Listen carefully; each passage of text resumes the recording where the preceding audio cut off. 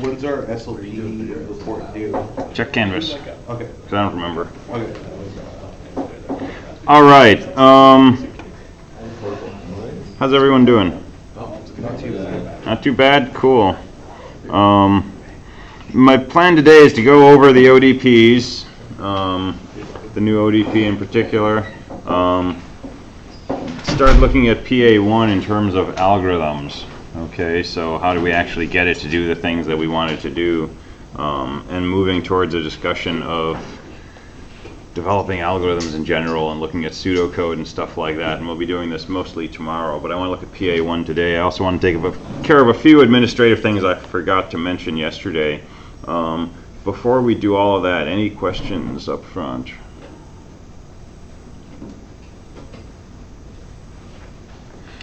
All right, so I'm going to pass the sign-in sheet around. How are we doing? Almost everybody is filling in the circles. Okay, fill in the circles next to your name. All right, so things I may not have said yesterday. First, on SLP projects, did I mention the number of people who can work on a project? I'd like to restrict it to 3 or fewer. If you want an SLP with either 2 partners, 1 partner, or you want to work by yourself, you're totally welcome to do that. If you want to work in a larger group, 4 or more people, I'm going to ask you to talk to me and justify why you need 4 people or 10 people or whatever your group size is. And we're going to want to make sure it's a project that makes sense to break it up into those many pieces. Okay. So it's a possibility, but talk to me about it, and we'll see. Extra credit opportunity. So there's an opportunity for, if you like, having your group or yourself present your SLP proposal to the Engineering Computer Science Club. Okay, so ECS Club meets Fridays at 12, room 126, and we're going to allow, starting week 3, groups to make 5-minute presentations, okay, if they like, to present their project idea. And they can explain it to the club, and there's about 5 minutes for people to ask questions and respond to your presentation. I haven't decided how much extra credit. It'll be a few points. But the idea is, one, it's some practice in presenting your idea, which will help you formulate your idea. You might get some useful feedback from people, which can help you further formulate your idea. And there's a few points of extra credit on the SLP component. So 5-minute slots with 5-minute questions. There's several of those available per meeting, and meetings from week 3 through week 8, I believe. So there's a sign-up sheet in the collaboratorium. If you go in this first set of doors, it's just to the right of those doors. It's taped onto the glass window. And there's different dates, and there's slots that you can choose if you'd like to do a presentation. And it doesn't have to be formal. It's really just sort of going up and talking to the class, the club, about what your idea is, and then having a discussion. All right, next thing, I made a Discord channel for service learning projects. Like the other channels, I'm not moderating it. I'm not generally participating in it. I'll look at it once in a while, but it's mainly just there for you if you want to kick around ideas for projects, if you want to put a shout out for somebody who you might want to work with. I'm looking for somebody who knows such and such. If you're interested in talking to me, let me know, that kind of thing. So that's up and running. So the other thing, I have one option for one group if they choose to work on this for an SLP. So this is a roller skating monkey called Clancy, and Clancy is sitting in my office, standing next to Einstein. So Clancy was a Christmas present in the '60s. So he's half a century old at this point, but he still works. And he took D cells in his right roller skate, and there's a little button on his hand, so you could hold his hand and push the button, and he'll skate along with you, right? You can also take his hat and put it in his hand, and it's got a pair of contacts inside, and if you throw a quarter in there, it touches the 2 contacts, shorts them out, and he starts walking towards you. Okay, so so my mom had Clancy, and this is a better video than I had, so this shows him actually walking. So, and he skates, right? And he moves his head from side to side. And that's all he does, okay? But it's a great frame for hacking, okay? So my plan was to make him rechargeable, so I'm gonna throw in a rechargeable 5-volt source, so you can plug him in with a USB to charge him up, throw in a Raspberry Pi probably, and connect that to the motors and the sensor in the hand, and maybe throw in a speaker and a microphone, and then hand them over to any person or group who wants to experiment on Clancy. So think of like an Engineering 270 EdBot, but in the form of a roller skating monkey. Okay, so I mean, you could throw in ultrasonic sensor, right, in his eyeballs maybe or something, and you know, make a monkey that'll follow you around or chase you or run away from you or whatever. That's So, creepy. yeah, it is, seriously. And nobody can decide if he's really cute or really disturbing, or maybe both. So I brought him in, he's sitting in my office. If you've got ideas where you want to do something like, you know, make a responsive system, or throw in some vision processing, or, you know, whatever, you can use this as a resource. But I'm only going to make it available to one group or person, because I don't want people to have to conflict with each other's circuits and designs and stuff. All right, so that's an option out there, and I mentioned that in the morning class yesterday. So, all right, let's look at ODP 407. So this is the one that just opened up this morning. 407 is a very peculiar script. Okay, it's a bash script, and it has very specific behavior. So when you run the script, it should print out a number sign and then just wait for you to type in something. Okay, so it prints a single character, waits for input. What it's expecting you to type in is either the number 1, 2, or 3. And if you type in the number 1, 2, or 3 followed by an enter key, it should print the word OK, new line, and then exit. If you put in anything other than a 1, 2, or 3, it should print out the word error, ERR, go to a new line, print out a number sign, wait for input. And if at that point you put in a 1, 2, or 3, it prints OK and it exits. Otherwise, it prints the word fail and exits.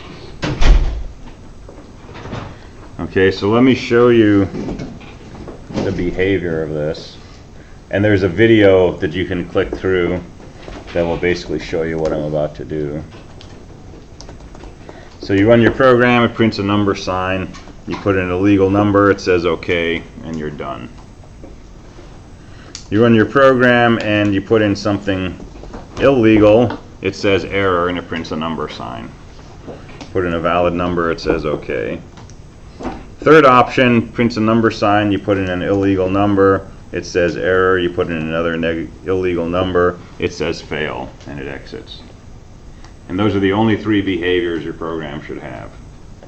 Succeeds the first time, fails first time, succeeds the second time, fails twice, and says fail. And this you probably recognize as the logic for part of your programming assignment PA1. When you ask the user how many sticks do you want to take, they can say 1, 2, or 3. If they don't put in a valid number, you tell them they're cheating. They get one more try to put in the correct number. If they do, you take it. If not, then you say fail.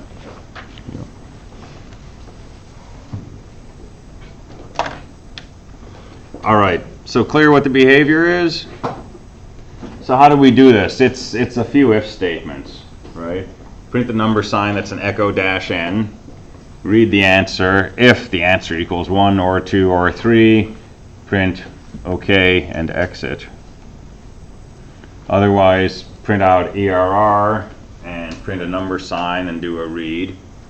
And if it's a 1 or a 2 or a 3, print OK and exit. Otherwise, print fail and exit. So there's no need for looping or anything like that. It's really just sequential statements with some conditionals.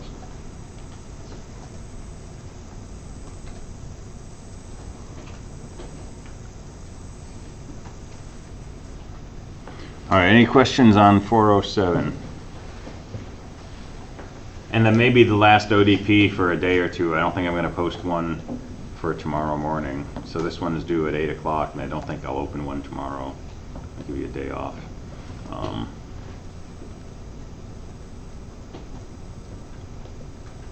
right, any questions on 406? Printing out the pipes with the number at the end. So basic while loop, right? And then echo with a dash n, so the pipes come out side by side. So let me make a few comments on ODP. Some of the things that I see people bumping into that are causing troubles. One thing, it does not matter what you call your ODP. Okay, you can call it ODP 407. You can call it oh no. You can call it anything that you want within reason. But if you call it something that already is known to the system, it can get you into trouble. For example, if you called your ODP GCC, right, and you try to assess it, the assessment system is going to try to run the command GCC. It's probably going to get the C compiler instead of your program. And it's going to say, well, this doesn't assess very well. If you call your program test, test is a built-in command in the bash shell.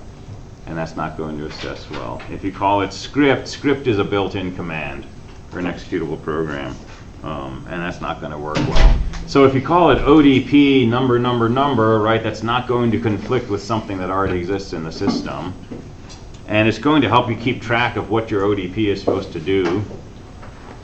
And if you want to go back and look at an older ODP, you've already got it, and so on. So find some kind of name that's not going to stumble across something that already exists. And stick with that. Make sure your program is executable. Okay. Using the change mode command once. And probably most importantly of all, make sure it looks like your program works before you try to assess it. So,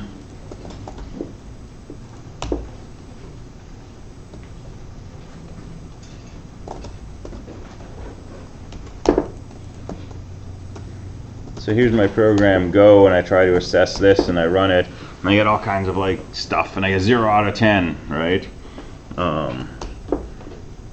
And if you try to run this from the command line, you get an error because you forgot to do the change mode 755 command, right?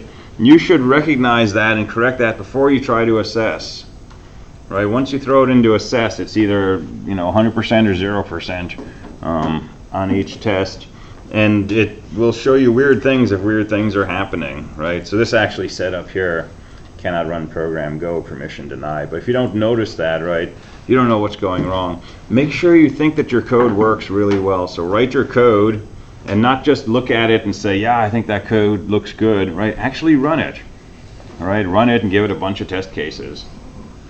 And once you've done that and you're pretty sure that it's working right, then go ahead and put it into assess. If it's not giving you 10 out of 10, but it looks like it's doing the right thing when you're running it, there's a few possibilities. One, you might not have that bin/bash at the top of your program.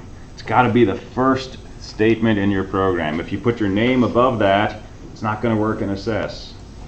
Okay, because assess needs to see that to know this is a bash script.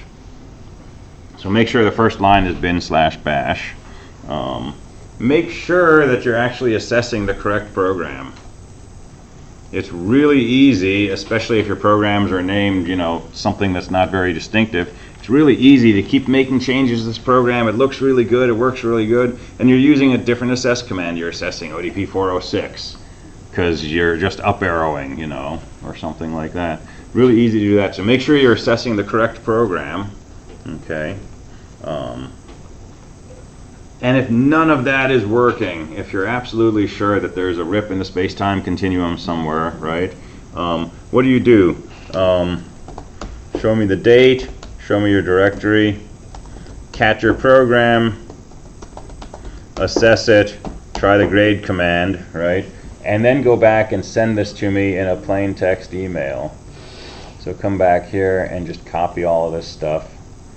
And don't take screenshots, paste it into an email message to me, Okay, not through Canvas, nmacias@clark.edu. Okay, if you do that, I can really easily look at what you're doing, and if there's a problem in the way that you're assessing, I can usually nail it down pretty quickly. Hey, your program is called Go, but you said assess ODP 407, right? Something like that. If you don't do that, there's very little I can do, other than say, I'm sorry. And screenshots don't work, right? I mean, you'd have to take 6 screenshots to get this, and I have to download them and load them up one at a time, and that's a pain. And email through Canvas does not work on my phone, okay? So next time I get to a computer, I can look at it. That might be, the next day. Regular email to nmacias@clark.edu, I can look at it on my phone. And if this is typed in as the message itself, right, plain text, I can look at that. And we can go from there. Does that make sense? All right.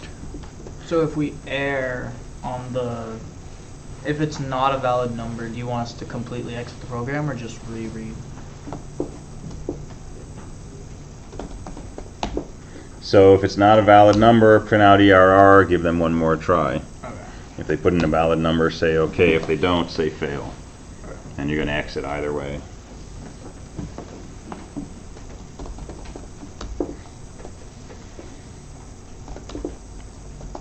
All right, so let's look at PA1 again. How many sticks would you like to play with? We're going to play with 20 sticks. Who should go first? Let's say the user is going to go first. So how many sticks do you take? You take 3 sticks. The computer takes 1. There's 16. How many sticks do you take? I'll try to take 16 sticks. That's cheating. Try again. Okay, if I put in an illegal number, it will kick me out.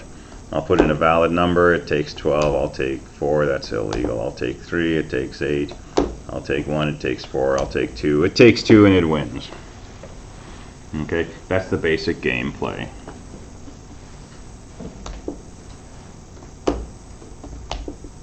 And if you happen to win, then it tells you that you won. So as far as it kicking you out of the program when you're cheating, are we allowed to use the exit command? Or are we supposed to? Okay. Yeah, that's your cleanest way out. So I want to think about a high-level view of this. I want to think about pseudocode.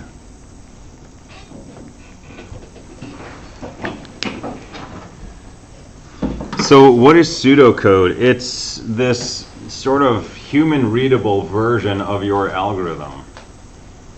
Okay, so we talked about building houses yesterday? Yeah. Yeah. So when you're building a house, right, you have the designs for the house. That's your blueprint. That's your pseudocode. And then you have the implementation of that design, which is, take a number 2 nail and put it right here, right? And take this kind of saw and cut this angle of the wood, right? That's the implementation of the design. That's your code. Okay, that's your bash script or your C code or your Java code or whatever it is that you're writing in.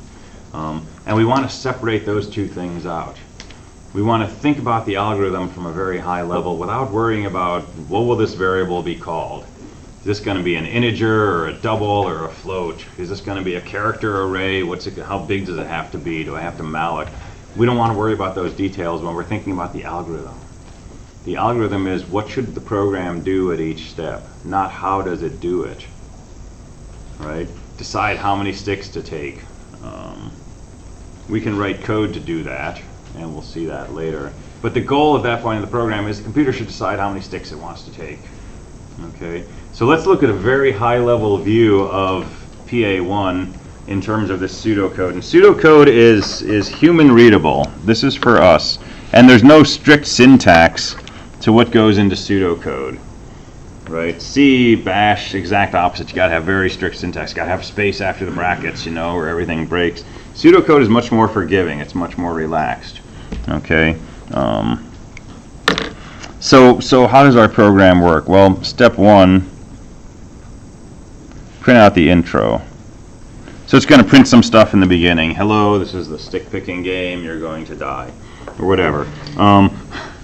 So tell the user what's going on, right? Don't ever have a program that you run it and it just like stares at you and it expects you to know what's going on. ODPs, that's fine. But a program, be conversational. So put the intro. Question 2, ask how many sticks to play with.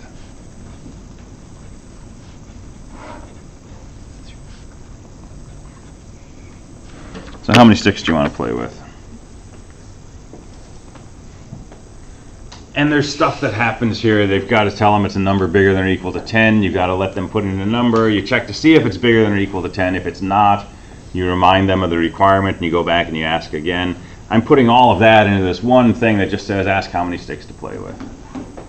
Okay, we're going to fill in details later. This is a top level view.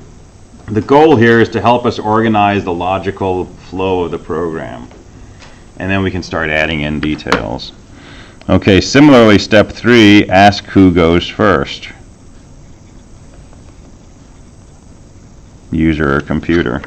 I'm not worried about I'm going to read a number or a variable and I'm going to see if it's a U or a C and it's going to be in a while loop and all that. Not worrying about that. Find out who goes first.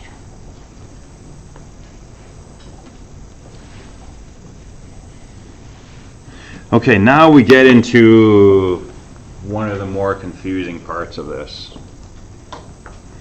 which is the following reality.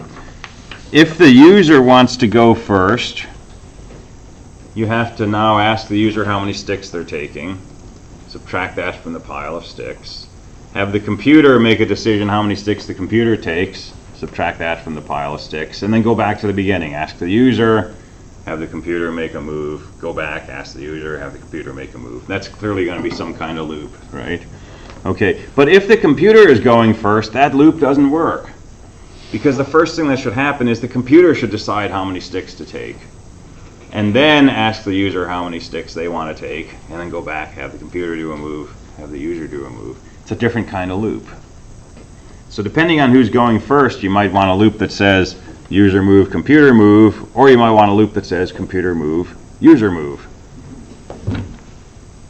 So we have two different situations, and there's different ways to describe that in an algorithm. So one solution I've seen people do is to have 2 while loops.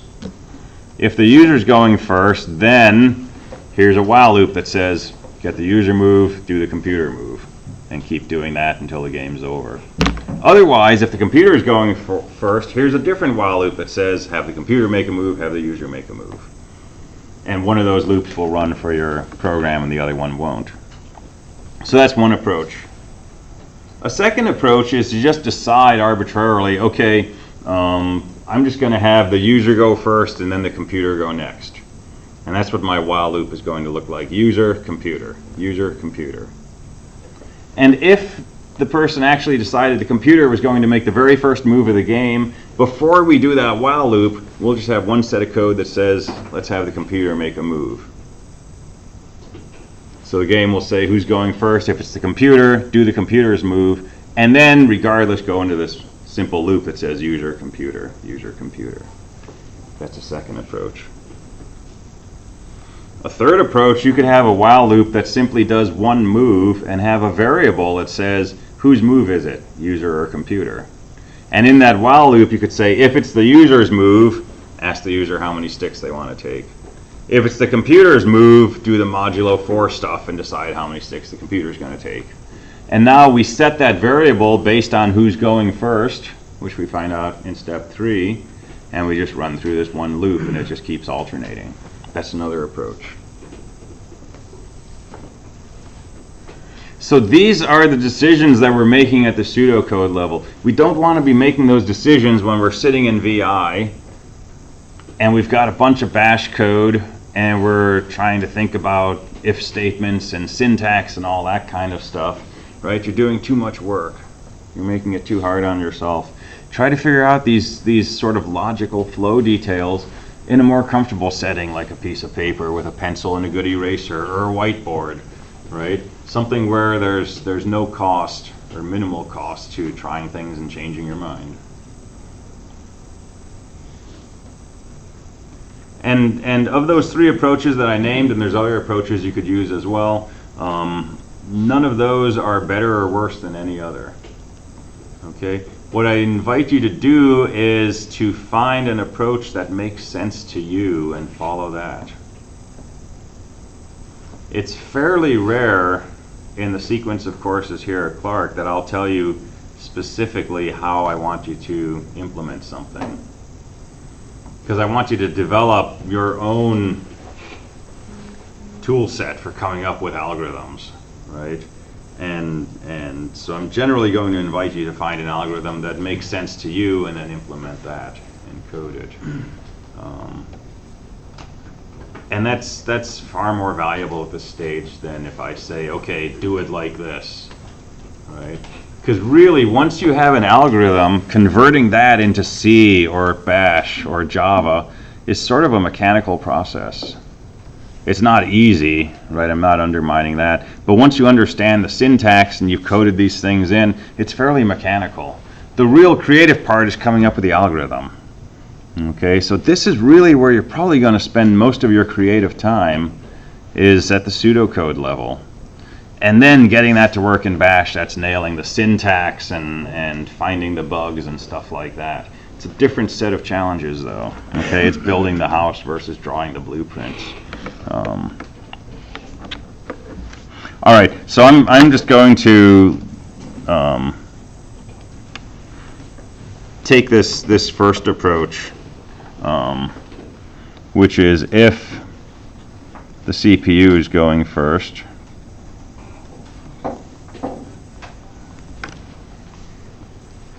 then decide the number of sticks to take.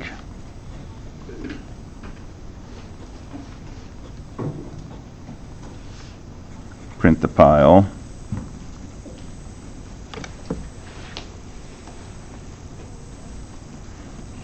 Subtract from the pile.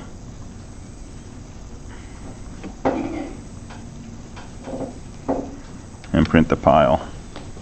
And now when we get down to step 5, we know it's the user's move. Because if the user decided to go first, we're not going to do step 4.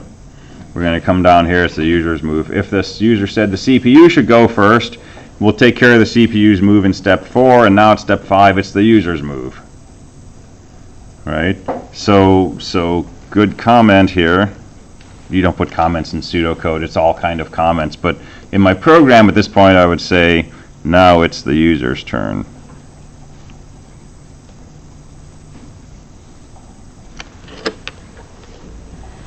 Yeah?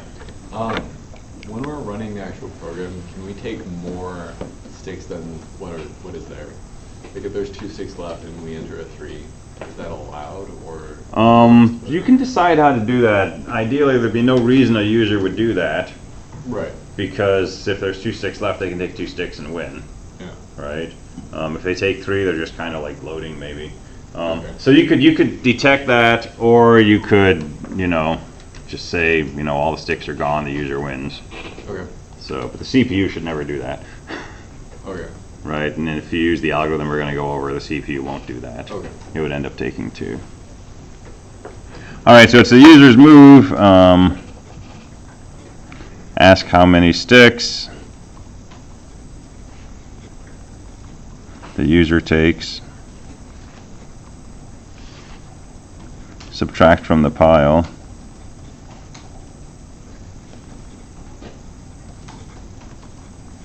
And print the new pile. So that's the user's move. And then it's the CPU's move. So decide the number of sticks to take.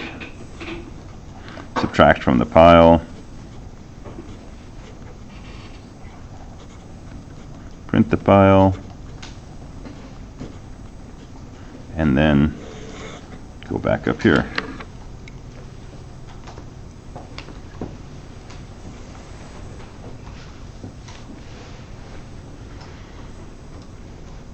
Does that make sense as a basic gameplay? I mean, if you coded up something that followed these steps, can you see, do you believe that this would be playing the game, right, exactly the way that we want it to?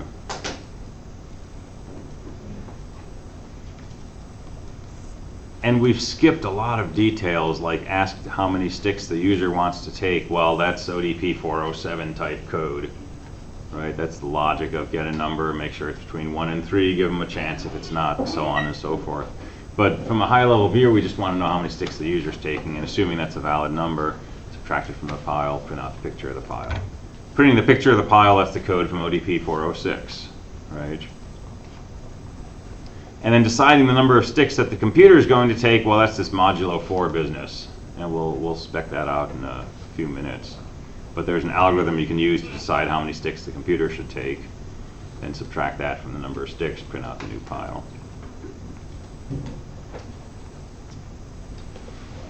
So one thing that's funny is this business of going back to step 5. Now, long ago we had go-to statements in programming languages. You could put a label here and we could just say go to step 5, and it would come back up here and start executing this again.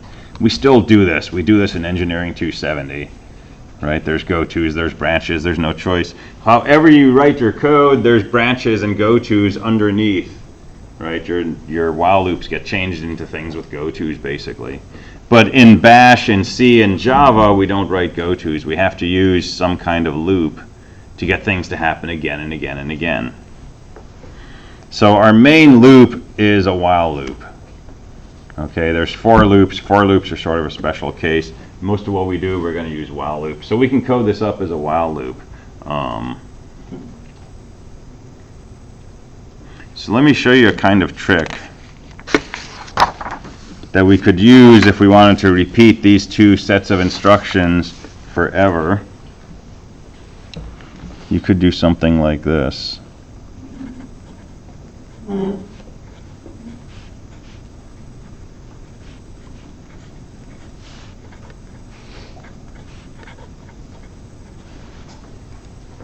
So what does that say? While 1 equals 1, do the following instructions. Well, 1 is always equal to 1, and so this is always going to loop. So that's an infinite loop. Could you do while true? Depends what true is set up as. And this is one of these things where sometimes it'll work and sometimes it won't, depending on what you're doing.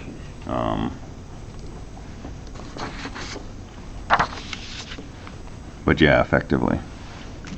All right, so we could take all of this, we could put it inside an infinite while loop, and it will just keep doing steps 5 and 6 forever. So there's one thing missing in this version of the pseudocode. What's the biggest thing that's missing here? If the number of 6 is 0, then you'd need a way out of the program. Yes, because this never exits, right? We've said do 5, do 6, go back to 5. We really want the program to exit at some point. We want it to exit when the number of sticks is equal to 0. So we could add something in here. So if number sticks left equals 0, print a message saying user 1. And we can use the word exit to kick out of a script. And down here, after the computer takes moves, we can do the same thing. If number sticks left equals 0, print CPU 1, and then exit.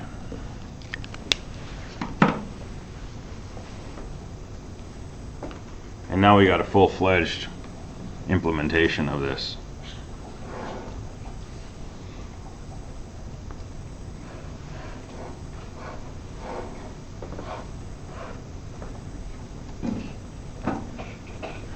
All right, so there's details missing, right?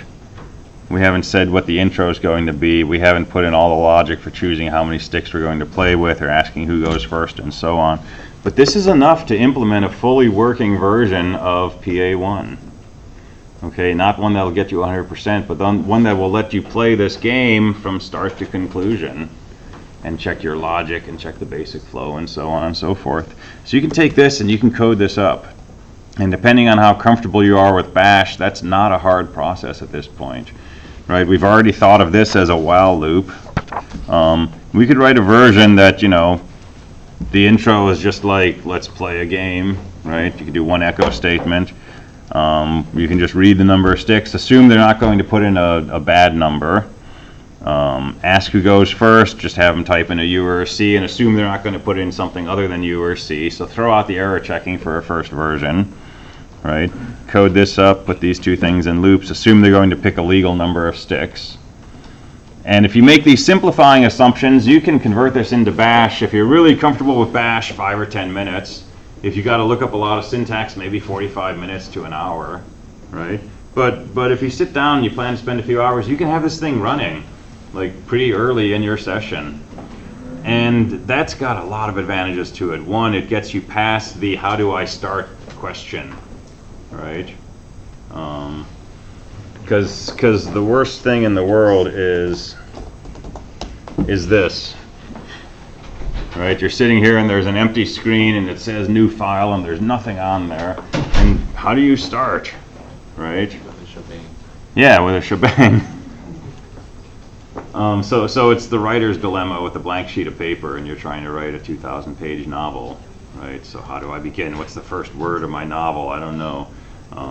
So get past that, right? And if you can get something down, it's easier to work from something than from nothing usually. So that's just a mental trick we can play with ourselves. Two, it lets us check out this logic, right? If we code this up, forget all the error checking and so on, we code this up and we run it and it's not working, we don't have a 500-line bash script to debug. We've got a few lines of bash and we've got 1 page of pseudocode. And mostly we've got, 2 lines in a loop. And we can drill into that and we can find out what our problem was and we can correct it, right? And so you want to sort of develop your code in pieces as much as possible. This will be a theme this quarter, is doing this sort of modular development. And we're doing this a little bit with the ODPs. When we did ODP 406, we figured out the bash code for printing out a picture of the sticks, right? ODP 407, we're developing bash code for getting a number from 1 to 3 and dealing with the case where the number is not between 1 and 3 and giving the user 2 chances and so on. So we're kind of developing these pieces, right? This is a bigger piece that we can develop. But also it lets you play the game, right? It lets you check your logic and the logic we're going to go over for how many sticks the computer picks so that it can usually win the game. It lets you play with all of that. And then we can start filling in some detail. So how many sticks to play with, and so on. So let's look at this. How many sticks should we play with?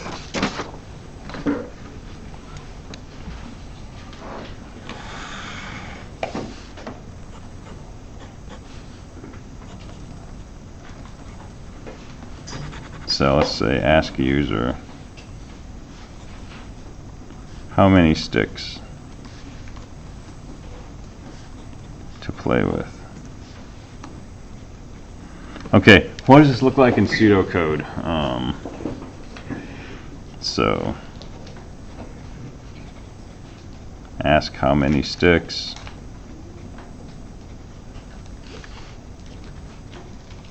Get a number.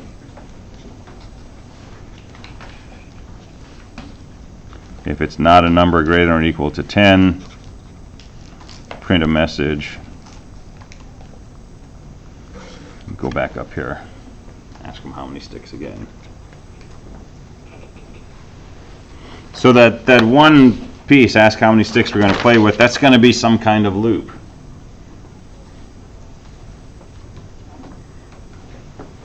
Because potentially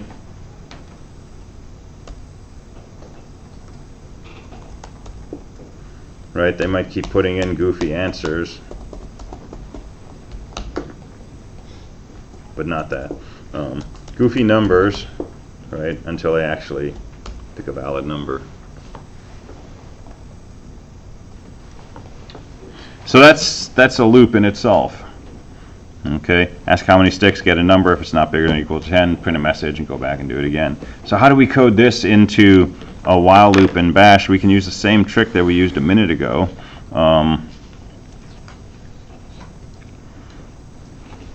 And this is a trick that will pop up a lot. So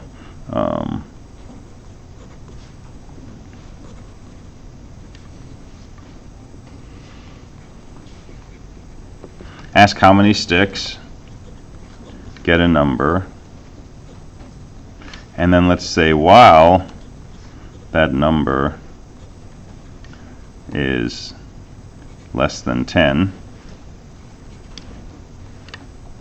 print a message,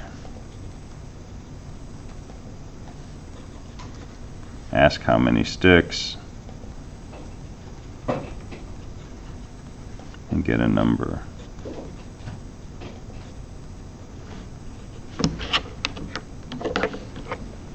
Is there any code word to break out of a loop, or do you just have to try and set the condition to false? You can do a break. That's a thing. Or you can use the while condition. So here what we're doing is we're outside of the loop. We're doing the two things we know we have to do at least once, which is ask how many sticks we want and then do a read statement probably to get the number from the user. And then we have a loop for the things that we might have to do more than once. Right? If the number is legal, if it's bigger than 10, we don't have to go into this loop at all. But if it's less than 10, we have to print an error message, ask them how many sticks, get the number again. And then we're back to where we were up here. So go back and see if the number is legal. And this is something you'll see a lot for taking something like this and turning it into a while structure.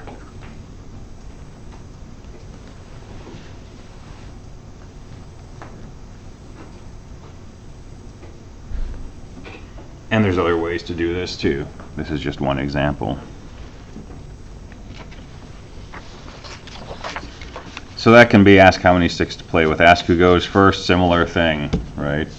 Who should go first, enter a U or a C, get the answer from the user, and then while the answer is not U and the answer is not C, print out a message, ask them who goes first, get their answer, go back to the top of the loop.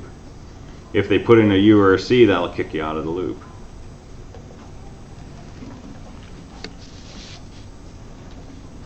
All right, and there's lots of variations on this. Same thing with the while loop. We can do an infinite while loop and use an exit statement to kick out. Or we could set a flag in here. And we could have a flag that says game is over and set that to 0. And we could say while game is over equals 0. And this will keep running as long as game is over is equal to 0. And when somebody wins the game, just set game is over equal to 1. And then when you get to the top of the loop, it'll say, oh, game is over is 1, I'm done. And it'll leave the loop.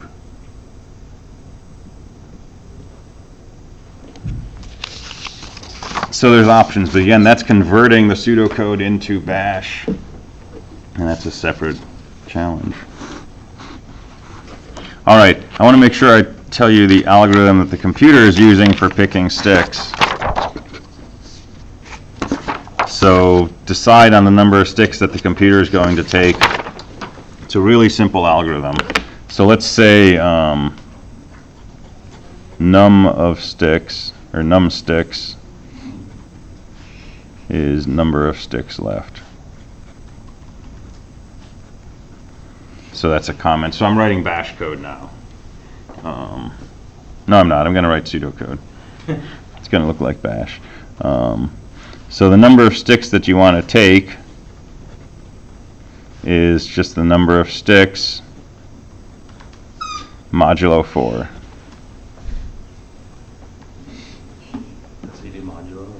Is percent. So in bash it's going to be $, parentheses, parentheses, num sticks, %4, close parentheses. All right, so the computer wants to take however, whatever the remainder is when you take the number of sticks and divide by 4, num sticks mod 4. The problem is if the number of sticks is a multiple of 4, this is going to be 0, and 0 is not a legal move. The computer is not allowed to take 0 sticks. So if take equals 0, then set take equal to 1. So the number of sticks the computer will take each turn is the number of sticks remaining modulo 4. Unless that is 0, in which case the computer takes exactly 1 stick. Okay, so that's the algorithm for the computer's move. Number of sticks mod 4 if it's non-zero, 1 if the number of sticks mod 4 is 0. So that's an if statement, right?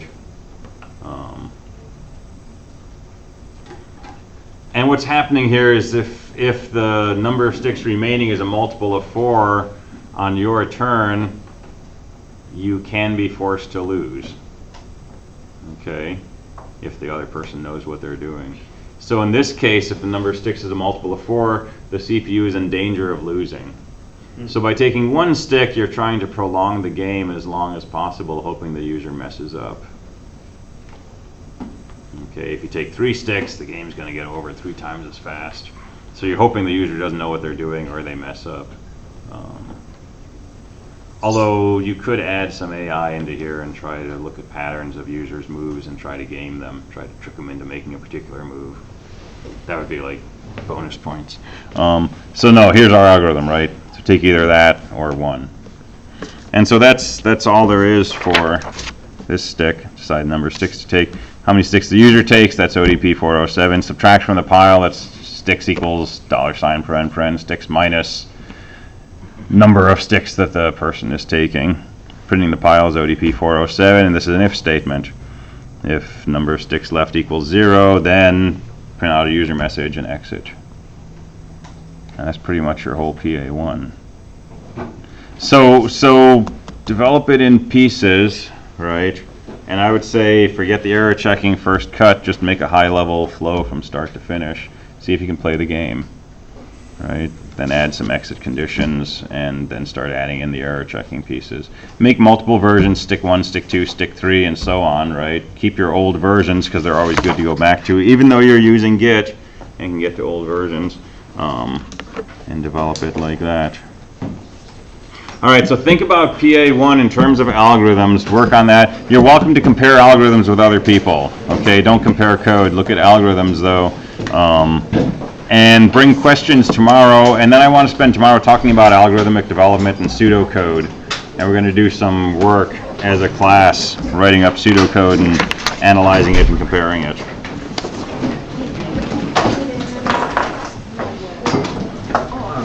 Thanks, Nick. So I forget, do you have a video example of your version of the program on the campus anywhere? It's been shown in class.